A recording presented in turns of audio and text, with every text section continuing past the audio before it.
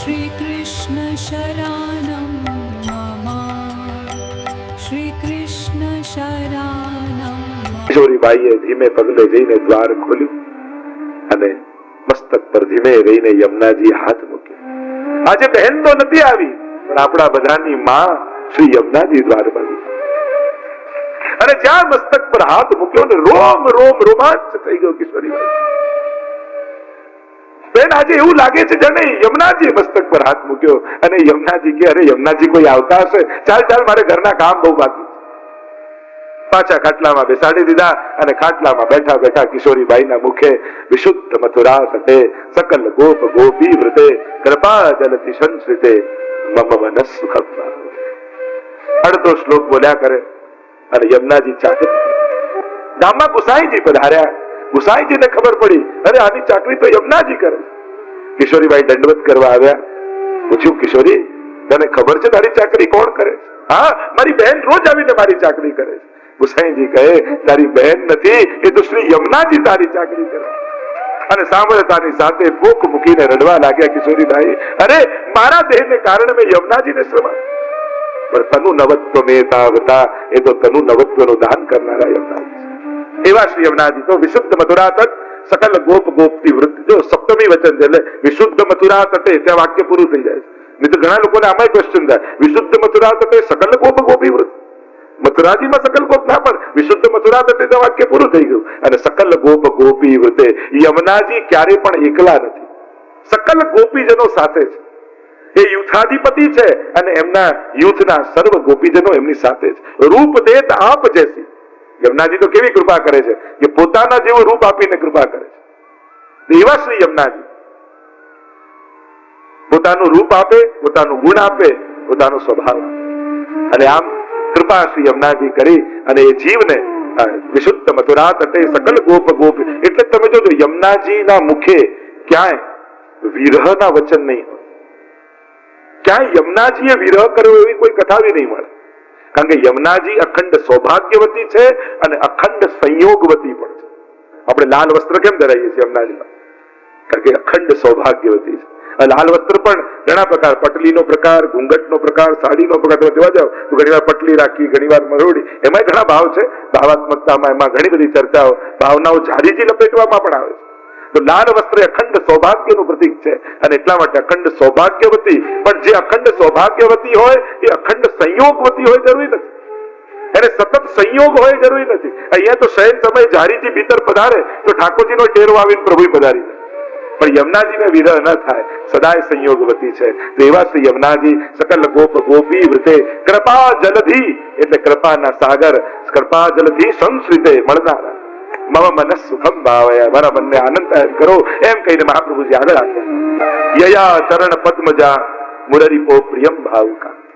ચરણ પદ્મજા, ચરણમાંથી પ્રગટ થયેલા શ્રી ગંગાજી પ્રભુને પ્રિય આપના સમાગમને કારણે થયા, એટલે સકલ સિદ્ધિ આપનારા ગંગાજી પણ થયા. અને આમ સમાગમનતો ભવત સકલ સિદ્ધિ સિદ્ધિદા સેવતા, સકલ સિદ્ધિ થયા અને સેવાને યોગ્ય થયા. તયા સદૃશતામિયા કમળજાસ પત્ની વયત. આપની સરખામણી લક્ષ્મીજી સિવાય કોની સાથે કરીશું? પણ લક્ષ્મીજી કરતા પણ અધિક યમુનાજીને માન્યા છે. કેમ? કારણ કે ઠાકોરજીની સેવામાં કોઈ આવે તો લક્ષ્મીજી એને શોક ગણે. મારી સોતન આવી, મારી સેવા ગઈ, આટલી સેવા મારી ચૂકી ગઈ, એવો ભાવ રાખે. પણ યમુનાજી જ્યારે ઠાકોરજીની સેવામાં કોઈ આવે તો એને શોક ન ગણે, એને સખી ગણે. ચલો પ્રભુને અધિક આનંદ થશે, પ્રભુને અધિક સેવા થશે, એવો ભાવ રાખી અને યમુનાજી એને પોતાને નિકુંજમાં લઈ જાય. આવો ભાવ યમુનાજીનો છે. એટલે લક્ષ્મીજી કરતા પણ અધિક યમુનાજીનું મહાત્મ્ય કહેવામાં આવ્યું. તો દયા સદસતામિયા કમલજાસ પત્ની વયત હરિપ્રિય કલિંદયા મનસિમે સદા સ્થિયતામ. એ હરિની પ્રિયા કલિંદી, કાલિંદી, કલિંદ્યતિ ખંડયતિ ઇતિ કાલિંદી. કલિયુગના દોષોનું જે ખંડન કરે એ જ કાલિંદી છે. અને કલિયુગના અનેક પ્રકારના દોષો આપણને બતાવવામાં આવ્યા. સૌથી મોટો દોષ વૈષ્ણવ માટે એ છે કે પ્રગટ સ્વરૂપમાં શ્રદ્ધા ન રાખવી. એ જ સૌથી મોટો કલિયુગનો દોષ છે. જો રાવણને ભગવાનમાં અવિશ્વાસ હતો એવું નથી, પણ આ રામ ભગવાન નથી એવો ભાવ પ્રગટ સ્વરૂપમાં. અને એટલા માટે જેના સંગથી તમને તમારા માથે બિરાજતા ઠાકોરજીમાં પ્રગટતાનો ભાવ ના આવે તો એને દુષ્સંગ. હવે ક્યાં પ્રગટ થવાના, હવે ક્યાં આરોગવા. ઘણાને એમ લાગે બધું થઈ ગયું, હવે પતી ગયું, અને ઘણાને એમ લાગે હવે બધું થવાનું છે પણ હમણાં કઈ નથી. અરે ભાવ આપણા ભાવ પર છે.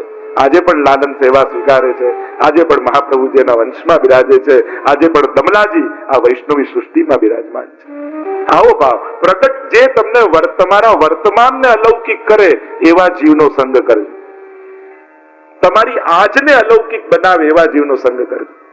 પ્રગટતામાં અભાવ અને કલ્પનામાં ભાવ, એનાથી કાંઈ થવાનો નથી.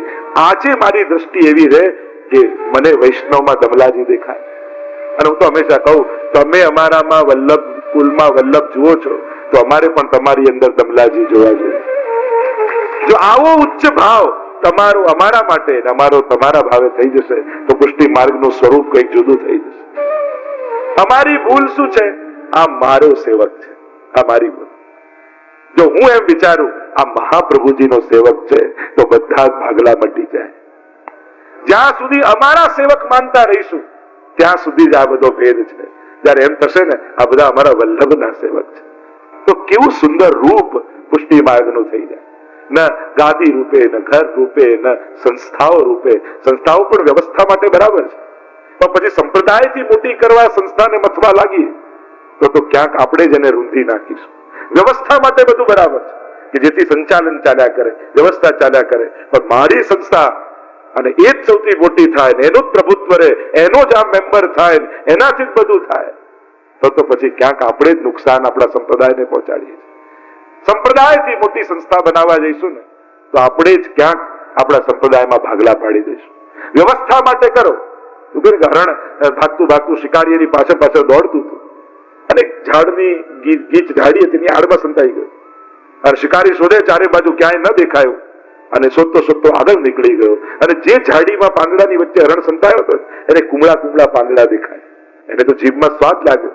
એક પાંદડું ખાવા લાગ્યો અને થોડી વારમાં પોતાને જ ઉઘાડો પાડી દીધો. શિકારીએ બાણ છોડ્યું અને ત્યાં સમાપ્ત થઈ ગયું. જેની સુરક્ષામાં આપણે સંતાયેલા છીએ, સુરક્ષિત છીએ, જેની ઢાલ હેઠળ, એને જ જો સંસ્થાના નામે કોરતા જઈશું, કોરી ખાઈશું તો ક્યાંક આપણે જ ઉઘાડા પડી જઈશું. અને એટલા માટે આપણે સાવધાન રહેવાની જરૂર છે. કોઈ રૂપે ક્યાંય છૂટા પડવાની જરૂર નથી. આપણે બધા વૈષ્ણવ છીએ એટલું પૂરતું નથી. ત્યાં નિત્ય લીલામાં જશો તો કાર્ડ જોશે, ભાઈ તું કઈ સંસ્થાનો મેમ્બર હતો? અચ્છા, આ મેમ્બર વાળાને તો અહીંયા એન્ટ્રી નથી. અને એટલા માટે વ્યવસ્થા માટે બધું બરાબર છે, પણ ક્યાંય કોઈ ભાગલામાં ક્યાંય ભાગ ન લેશો. સેવા કરવાના અવસર મળે એમાં જોડાઈ જાવ. તક મળે તો એક પ્લેટફોર્મ થઈ શકે છે, પણ એમાં આગળ વધી જાવ. મહાપ્રભુજીનો સેવક છું. જયારે કોઈની વલ્લભ પાસે કોણ, હું વલ્લભનો સેવક છું. વિચાર કરો, આવા જયારે શબ્દો નીકળે તો બધાને વહાલ થાય. આ વૃત્તિ હવે આવતી ભવિષ્યમાં આપણે કઈ રીતે આગળ જવું એ વિચાર કરવો જોઈએ.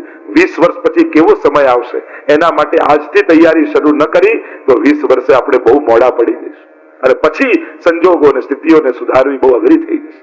અને એટલા માટે તમે અમારું જેટલું માન રાખો છો અને વલ્લભ જુઓ છો તો અમારે પણ તમારામાં દમલાજી જોવા જ જોઈએ. અમે કહીએ કે અમે વલ્લભના વંશજ, તમારે ગૌરવ કરવાનું, અમે દમલાજીના વંશજ છીએ, અમે એમના વંશમાં છીએ, અમે ભાવ વંશજ છીએ. આ ભાવ, આ ગૌરવ અને આવો સ્નેહ જેવો દમલાજીને વલ્લભમાં અને વલ્લભને દમલાજીમાં હતો, આવો જો પરસ્પર વલ્લભ કુલ અને વૈષ્ણવ કુળમાં થઈ જાય તો વૈષ્ણવ સંપ્રદાયનો ચહેરો બદલાઈ જાય, ભાવ બદલાઈ જાય. ઉચ્ચ ભાવ, જો સામર્થ્ય જ વધારવું જરૂરી નથી, ભાવના ઓછી રાખવી, એમાં ક્યાં નબળા પડવાની જરૂર છે. સારું વિચારવામાં કંજુસાઈ કરવાની શું જરૂર? પણ આવું તો થતું હશે એટલે બધી, પણ આમાં વિચારવામાં તારે નબળા શું જાય છે? સારું વિચાર તો કર. ઉત્તમ વિચાર શરૂઆત છે. તો જે ચર્ચા આપણે કરી રહ્યા છીએ, હરિપ્રિય કલિંદયા મનસી મેં સદા સ્થિયતા, સદા મારા મનમાં વિરાજો, એમ કહીને આગળ ગાન કરતા મહાપ્રભુજી કહે, નમોસ્તુ યમને સદા. સદા નમન. સદા ને મુદા આ બે શબ્દ યાદ રાખવા જેવા છે. યમનાષ્ટક. નમોસ્તુ યમને સદા તવ ચરિત્ર મત્યદ્ભુતમ. આપનું ચરિત્ર તો અતિ અદ્ભુત છે. તો કે અદ્ભુત તો ખરું, પણ અતિ અદ્ભુત શું છે? ટીકામાં આચાર્ય સમજાવ્યું, અસાધનમ સાધનમ કરોતિ અદ્ભુતમ. અસાધનને પણ સાધન બનાવે એ અદ્ભુતતા છે. તો કે અસાધન ને સાધન એટલે કામમ ક્રોધમ ભયમ સ્નેહમ એકમ સૌર્ધમેવ ચ નિત્યમ હરૌ વિદતતો યાંતિ તન્મયતામ હિ. ભાગવતીનો શ્લોક છે. કામમ ક્રોધમ ભયમ, અસાધન ને સાધન. શિશુપાલે 100 ગાળો ભગવાનને આપી. હવે ક્યાંય કોઈ શાસ્ત્રમાં વાંચ્યું ગાળો બોલવાથી ઉદ્ધાર થાય? તો પછી 1008 ને 108 પછી તો નામાવલીની જગ્યાએ જ ચાલે. 100 વાર અપશબ્દો બોલ્યો ને પ્રભુ. અસાધન છે, સાધન નથી અપશબ્દો. પણ અસાધનમ સાધનમ કરોતિ ઇતિ અદ્ભુતમ. અજાણે અધર્મી નાઈ ગયો તોય માએ કર્યો ઉદ્ધાર. આ અદ્ભુતતા છે એમના ચરિત્રની, કે જીવે કોઈ પણ સેવા ભાવથી કાંઈ ન કર્યું હોય છતાંય એને સેવા માની લે. એવા લીલા પ્રસંગોમાં આવતું કે સ્ત્રી પુરુષ મંદિરની પાછળ બેઠા હતા અને પુરુષ પાન બનાવતો હતો સ્ત્રી માટે, અને ચૂનો પાન લગાવતો વધ્યો અને દિવાલ હતી, તિરાડ હતી મંદિરમાં, એમાં ભરી દીધો તોય ભગવાનને ઉદ્ધાર કરી દીધો. અસાધનમ સાધનમ કરો. તો આ પ્રભુની અદ્ભુતતા, આ યમુનાજીની અદ્ભુતતા છે. તો નમોસ્તુ યમને સદા તવ ચરિત્ર મત્યદ્ભુતમ ન જાતુ યમ યાતના ભવતિ તે પયપાન. અને આપનું જે એકવાર પાન કરી લે એને ક્યારે પણ યમ યાતના નથી. ન જાતુ યમ યાતના ભવતિ તે પયપાન. આપના એકવાર પયપાન કરે એમને ક્યારે યમ યાતના થતી નથી. તો કે યમોપી ભગિની સુતાન કતમ હંતિ દુષ્ટાન હતી. પાન કર્યા એટલે યમુનાજી માં બન્યા અને હવે યમરાજ તો મામા બની ગયા. આપણે જ્યાં કહેવાય માં મારે પણ મામા ન મારે. 2 વાર માં જેમાં આવે એને મામા કહેવાય. એટલે માં કરતા બમણો પ્રેમ કરે મામા. અને એટલા માટે શનિ અને યમરાજ આ બંને મામા થઈ ગયા. એટલે ન શનિ થી ડરવાનું અને ન યમરાજ થી ડરવાનું. તેને યમતે શિર ધનુષ ન સાબે રે. વાક્યાતમાં પણ કહ્યું ને, ચોરક હાથ તાહી. હાથ જોડીને ઉભો રહે છે. ન જાતુ યમ યાતના ભવતિ તે પયપાનત યમોપી ભગિની સુતાન. ખતમ. દુષ્ટ હોવા છતાં મામા મારતો નથી. અને એટલા માટે આપણે જો યમ જીત્યાનો પ્રસંગ આવે ને, ભોજન કરવા માટે બોલાવ્યા યમરાજને અને પછી કહ્યું કે માંગે તે આપીશ. ત્યારે કહ્યું કે આજના દિવસે જે મારામાં સ્નાન કરે એને ક્યારેય યમયાતના ન લાગે એવા આશીર્વાદ આપો. અને વચન મળ્યા એટલે યમ દ્વિતીયાના દિવસે યમુનાજીના સ્નાનનો મહિમા આપણે ત્યાં ગવાયો છે. કારણ કે યમરાજાએ વચન આપ્યું. એમ શ્રી યમુનાજીની કૃપાથી અને યમોપી ભગિની સુતાન કથમહંતિ પ્રિયો ભવતી સેવના તવ હરેર યથા ગોપિકા. અને આમ આગળ ગાન કરતા શ્રી મહાપ્રભુજી આજ્ઞા કરે, મમાસ્તુ તવ સન્નિધૌ તનુ નવત્વ મેતાવતા. આપના સન્નિધિમાં તનુ નવત્વ પ્રાપ્ત થાવ. 2 વસ્તુ છે, કે નવતનુ અને બીજું છે તનુ નવત્વ. આપણે ત્યાં સેવો ઉપયોગી દેહ એવું સેવા ફલમાં પણ કહ્યું છે. સેવાનું ફલ શું? તો અલૌકિક સામર્થ્ય. સેવો ઉપયોગી દેહ. આમ સેવાને અનુકૂળ દેહની પ્રાપ્તિ થાય. એટલે કે દેહ ધર્મો ભગવત સેવામાં બાધક ન થાય. 2 વસ્તુ છે, એક અલૌકિક દેહની પ્રાપ્તિ નિત્ય લીલામાં, અને એક આ દેહને અલૌકિક સામર્થ્ય પ્રાપ્તિ. તો સેવાથી ફલ નથી, પુષ્ટિ માર્ગમાં સેવામાં ફલ છે. સેવા કરીને પછી ફલ ન મળે, સેવા કરતા કરતા જ ફલનો અનુભવ થાય.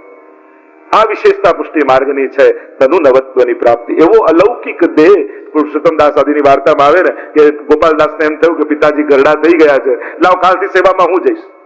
અને જ્યાં પ્રસ કરીને ગયા જુએ તો 18 વર્ષના યુવાન શેઠ પુરુષોત્તમદાસ દેખાય.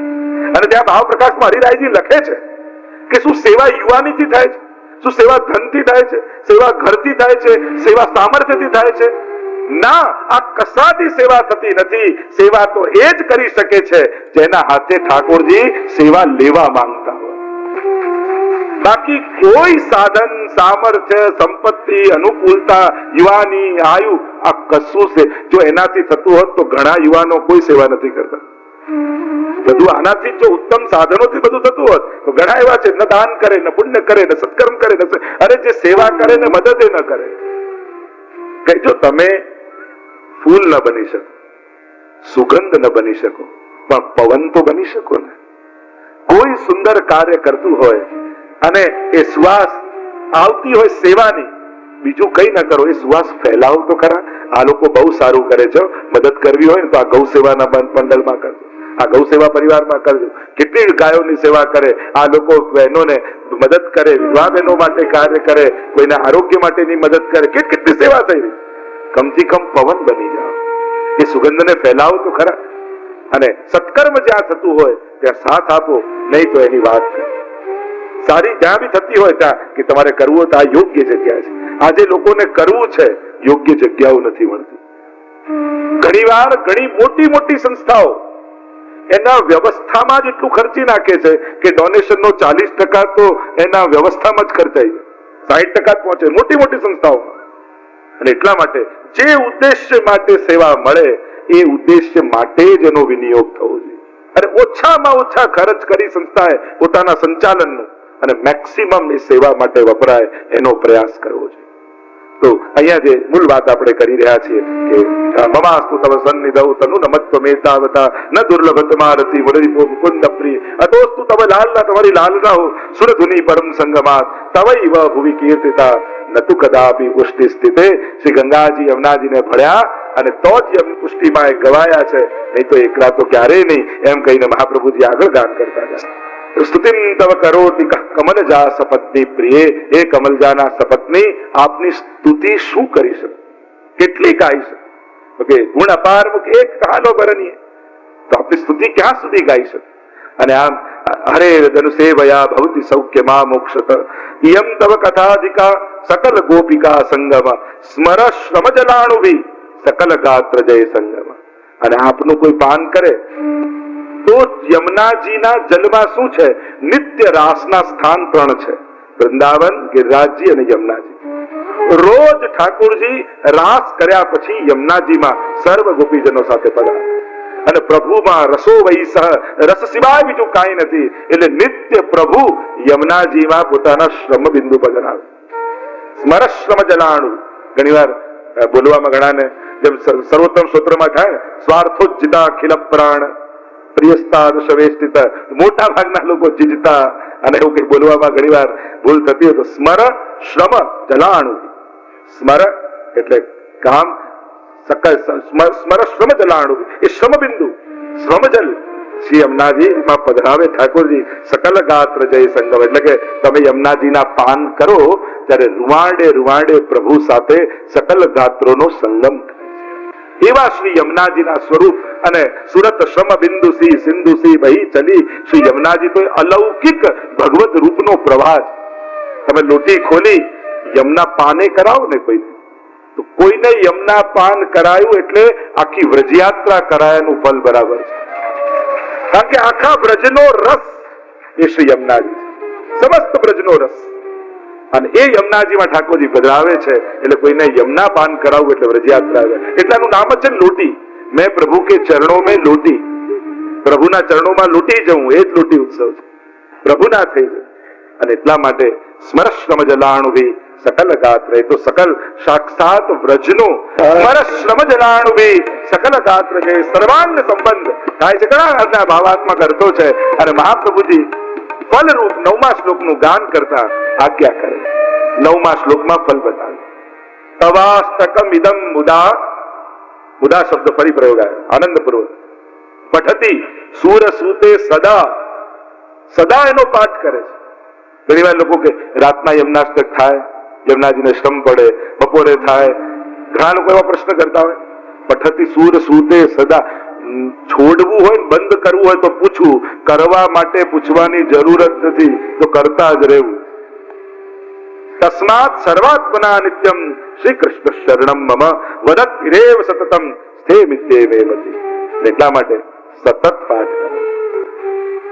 નવાષ્ટકમિદમ મુદા પઠતી સૂર સૂતે સદા. 5 ફલ બતાયા. પહેલું સમસ્ત દુરિતક્ષય, સમસ્ત પાપોનો નાશ થઈ જાય. અનેક અપરાધ પાપ દોષ જીવને લાગેલા છે, જાણતા અજાણતા, ઈચ્છાએ અનિચ્છાએ કેટલા અપરાધો જીવને થતા. અને જીવ ક્યાં જાય? ઘણી વાર લોકો ઠાકોરજી પાસે સેવા કરતા અમને દોષ લાગે તો, અરે પ્રભુ પાસે જવાથી તો દોષ ધોવાય છે, નથી જતા તો દોષ લાગે છે. પાપ ધોવાની જગ્યા એક જ છે ને, પ્રભુની સન્મુખતા. એક વસ્તુ યાદ રાખો, પ્રભુ પાસે જવાનો મોકો મળે અથવા પ્રભુની સેવા કરવાનો મોકો મળે તો પોતાના અપરાધોને યાદ કરીને અટકી ન જતા. કોઈ તમને આદત હોય, કોઈ તમને સ્વભાવ હોય, તમારે કોઈ બી પ્રકારનો વિક્ષેપ યા કઈ કમી તમારી અંદર હોય, પણ અવસર મળ્યો હોય ત્યારે એને યાદ કરીને રોકાઈ ન જતા, પહોંચી જજો. પ્રભુની સન્મુખ થશો ને એ બધું ધોવાઈ જશે. એક વસ્તુ યાદ રાખો, સૂરજ ઉગે અને કમળ ખીલે તો સૂરજ કઈ હાથ લાંબો કરી અને એક એક પાંખુડી ખોલે છે? ના, એ સૂર્યના પ્રભાવમાં આવવા માત્રથી કમળ ખીલી જાય છે. એમ જ પ્રભુનો પ્રભાવ જ એવો છે ને કે આપણા અપરાધો આપમેળે સમાપ્ત થઈ જાય છે. એમાં પ્રભુને પ્રયાસ કરવાની પણ જરૂર નથી, પ્રભુને કોઈ મહેનત કરવાની પણ જરૂર. એટલે અમુક તત્વોના પ્રભાવમાં ક્યાંક કોઈ પ્રભુનું સ્વરૂપ, ક્યાંક કોઈ બેઠકજી, ક્યાંક કોઈ હવેલી, ક્યાંક કોઈ ગુરુ, ક્યાંક કોઈ વૈષ્ણવ. ઘણીવાર સાધનાથી ન કરાય તો પ્રભાવથી કરી દેવાય. એનો સંગ એવો પ્રભાવી હોય કે એના સંગના પ્રભાવમાં આવવા માત્રથી આપણા દોષો નિર્મૂલ થઈ જાય. એનો સંગ કેવો પવિત્ર, એની પાસે બેસીએ તો એમ લાગે જાણે આપણે પવિત્ર થઈ રહ્યા છીએ, આપણે ધોવાઈ રહ્યા છીએ, આપણે સાત્વિક થઈ રહ્યા છીએ, એવો અનુભવ થાય. એનો પ્રભાવ એવો હોય. તો કયો સમસ્ત દુરિતક્ષય, સમસ્ત દુરિતનો નાશ. એકવાર યમુનાજીનું નામ સમસ્ત પાપોને નિર્મૂલ કરનાર. કોઈ ઓરડો 50 વર્ષથી બંધ હોય, અંધારું હોય, તો અંધારું દૂર કરવા માટે કેટલો સમય લાગે? 10 વર્ષ, 20 વર્ષ, 25 વર્ષના દિવાસળી પ્રગટાવો અને 50 વર્ષનું અંધારું ગાયબ, અજવાળામાં પથરાઈ. બસ એક દિવાસળી. એમ જ અનંત જન્મોના પાપો ભર્યા છે, પણ બસ એકવાર યમુનાજીનું પ્રેમથી લીધેલું નામ કાફી છે. પ્રેમથી પુકારશો, નિર્મૂલ થઈ જશે. સમસ્ત દુરિતક્ષયો ભવતી વય મુકુંદે રતિ. બીજું ફળ, ઠાકોરજીમાં પરમ પ્રેમ જાગશે. જે દુર્લભ છે, સહજમાં પ્રાપ્ય નથી, એવો ભગવત પ્રેમની પ્રાપ્તિ યમનાષ્ટકના પાઠથી થશે. ખાસ અનુરોધ કરીશ, અહીંયા બેસેલા પ્રત્યેક લોકો એમાંથી જો કોઈ યમનાષ્ટકનો પાઠ રોજ ન કરતા હોય તો આજે એનો નિયમ બનાવી લેજો. અને તમારામાંથી કોઈ એક પણ નિયમ લેશે ને જે ન કરતો હોય તો એમ માનીશ કે મારું અહીંયા 3 દિવસ પ્રવચન કરવું સફળ થઈ ગયું. નિત્ય એક યમનાષ્ટક કરવાનું જ. ભલે સાંજે કરજો, રાતના સુતા પહેલા કરજો, સવારે જે સમય તમને ફાવે. ચલો 2 શ્લોકની વ્યવસ્થા કરી આપું, સવારે 2, બપોરે 2, 3, તે રીતે ગોઠવી આપો. તમે કોઈ એમ ગોઠવી આપો, પણ એક પાઠ જરૂર. કિશોરીબાઈ તો અડધા શ્લોકમાં યમુનાજી પ્રાપ્ત થઈ ગયા. શરૂઆત તો કરો. જેના જીવનમાં નિયમો નથી હોતા ને એનું જીવન બહુ નબળું હોય છે. મને નાનો પણ નિયમ રાખો. નિયમ એટલે મન નથી માનતું છતાંય મારે કરવાનું, મન પર વિજય પામવાનું, એનું નામ નિયમ. અને નિયમ બંધન ન કરો. નિયમ લઈશ તું બંધાઈ જઈશ, એ બંધન નથી, એ ટેકો છે શ્રદ્ધાની વેલ. જેમ કોઈ વેલ ઉગાડીએ અને લાકડી રોપીએ અને વેલને બાંધીએ, વેલ લગાડે હમણાં કુમળી વેલને બાંધી દીધી, પણ લાકડી એનું બંધન નથી, એના વિકાસનો આધાર છે, એનો ટેકો છે. એમ મારો પ્રશ્ન તમને એ છે, તમારી શ્રદ્ધા રૂપી વેલને તમે કયા ટેકે બાંધી છે એ તમારે જવાબ આપવાનો. ટેકો કયો, સહારો કયો કે જેનાથી એનો વિકાસ થાય? કોઈ ગાયની સેવા, કોઈ પ્રભુની સેવા, કોઈ વૈષ્ણવ, કોઈ ટેકો ખરો, કોઈ પાઠ, કોઈ મંત્ર, કોઈ સેવા. અને જો ટેકા નહીં હોય તો વેલ કરમાઈ જશે, બહુ વાર નહીં ઉડી શકે, ટકી શકે. અને એટલા માટે કોઈ નિયમના ટેકે તમારી શ્રદ્ધાની વેલનો વિકાસ થવા દો. સમસ્ત દુરિતક્ષયો ભવતી વય મુકુંદે રતિ તયા સકલ સિદ્ધયો. સકલ સિદ્ધિનું દાન જે યમુનાજી સિદ્ધિઓ, અલૌકિક સિદ્ધિઓ આપે છે, એ સકલ સિદ્ધિ તયા સકલ મુરરી પુષ્ટ સંતુષ્ટતિ. પ્રભુને પરમ સંતોષ આ યમુનાષ્ટકના પાઠથી થાય છે. જે મોટા મોટા યજ્ઞ યાગાદિથી નથી થતું, એ કેવલ એક યમુનાષ્ટકથી ઠાકોરજીને પરમ તૃપ્તિનો અનુભવ થઈ જાય. અને છેલ્લે કહ્યું, સ્વભાવ વિજયો ભવે વદતિ વલ્લભશ્રી. બધાને જીતવા સહેલા છે, પોતાને જીતવો બહુ અઘરો છે. 100 જણનો સ્ટાફ હોય ને બોસ 100 જણને કંટ્રોલ કરતો હોય, પણ એ બોસને પોતાના પરનો કંટ્રોલ ન હોય, બાકી 100 માણસને કંટ્રોલ કરતો. સ્વનો અભાવ. ઘણા કે હમણાં મારું ગયું છે. સ્વભાવ કેવો છે? જો એ જ છે, કૃપા એ પ્રભુનો સ્વભાવ છે, કર્મ નથી. સ્વભાવ અને કર્મમાં ફરક શું? કરવાની ઈચ્છા હોય ત્યારે કરીએ, અને ન કરવાની ઈચ્છા હોય ત્યારે ન કરીએ. હા, કર્મ. પણ ન કરવાની ઈચ્છા થાય એનું નામ સ્વભાવ. કોઈ ક્રોધી વ્યક્તિ હોય, નક્કી કરે હવે ગુસ્સો નથી કરવો, એના મિત્ર મળ્યો ને કે બહુ ક્રોધી સ્વભાવ તો મેં છોડી દીધો. પેલો કે ખરેખર છોડી દીધું? કે આ છોડી, સાચે છોડી દીધું? સાચું બોલે છે? હા ભાઈ છોડી દીધો. કહ્યું ને એકવાર, આનું નામ સ્વભાવ.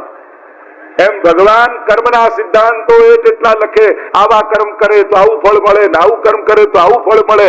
પણ આ તો પ્રભુના કર્મની વાત છે. પણ જીવ જ્યારે જાય કે પ્રભુ આપના શરણમાં છું, જૈસો હું તૈસો તિહારો શ્રી વલ્લભ, ત્યારે પ્રભુ કર્મના ચોપડાઓ બંધ કરી અને કૃપાનો પ્રસાદ ચખાડી દેતા હોય. આ એનો સ્વભાવ. કારણ કૃપા પ્રભુનો સ્વભાવ છે. એટલા માટે માણસ સ્વભાવથી ન ભાગી શકે. યમુનાજી કેવા છે? સ્વભાવ વિજયો ભવે, સ્વભાવ પર વિજય આપે. અને એટલા માટે યમનાષ્ટકનો પાઠ નિત્ય કરો. અને ત્યાં તો ટીકામાં આચાર્યો થયું જીવનો સ્વભાવ બદલે એવું નહીં, ખાલી પ્રભુનો સ્વભાવ બદલી નાખે. પ્રભુનો સ્વભાવ ક્યાં? તો કે પ્રભુનો સ્વભાવ કેવો છે? તો કે પ્રભુનો સ્વભાવ એવો છે કે મુક્તિ આપવામાં બહુ ઉદાર છે અને ભક્તિ આપવામાં બહુ કંજૂસ છે. પ્રભુ મુક્તિ છૂટી માટે, કારણ કે પ્રભુને એમ થાય તું છૂટો તો હું છૂટો તારાથી. મુક્તિ તો બંને જગ્યાએ થાય ને, તું મારાથી મુક્ત તો હું તારાથી મુક્ત. એટલે મુક્તિ છૂટતી માટે ભક્તિ આપવામાં પ્રભુ બહુ કંજૂસ છે. એટલે યમુનાજી પ્રભુનો સ્વભાવ બદલી નાખે અને પ્રભુ પણ ઉદારતાથી ભક્તિનું દાન કરવા લાગે. ભક્તિ આપવામાં પ્રભુ ઉદાર થઈ જાય. સ્વભાવ વિજયો ભવે. અને આખા સ્તોત્રનું બળ ક્યાં છે? વદતિ વલ્લભ શ્રી હરે. આ કોઈ સાધારણની વાણી નથી, આ કોઈ વાણી વિલાસ નથી, આવી કોઈ કવિઓની કલ્પના નથી, આ કોઈ કવિનું કાવ્ય નથી. આ તો વદતિ વલ્લભ, સાક્ષાત પ્રભુના મુખારવિંદનું સ્વરૂપ એવા શ્રી વલ્લભ. અને ટીકામાં આચાર્યો કહે છે કે પેલા નારદજીએ શ્રાપ આપ્યો કુબેરના પુત્રોને, તમે જડ બુદ્ધિવાળા છો, વૃક્ષ થઈને તમે જન્મ લો. ક્ષમા માંગી તો કહું ભગવાન તમારો ઉદ્ધાર કરશે, જાઓ. અને એ નારદજીનું વચન રાખવા માટે પ્રભુએ ઉખલ લીલા કરી અને આંગણામાં બંને વૃક્ષોને પાડ્યા અને ભગવાન દ્વારા એમનો ઉદ્ધાર થયો. તો ટીકામાં આચાર્યો કહે કે એક મુનિનું વચન રાખવા માટે જો ભગવાન એ વાતને સત્ય કરતા હોય તો પ્રભુના મુખાવતાર મુખાર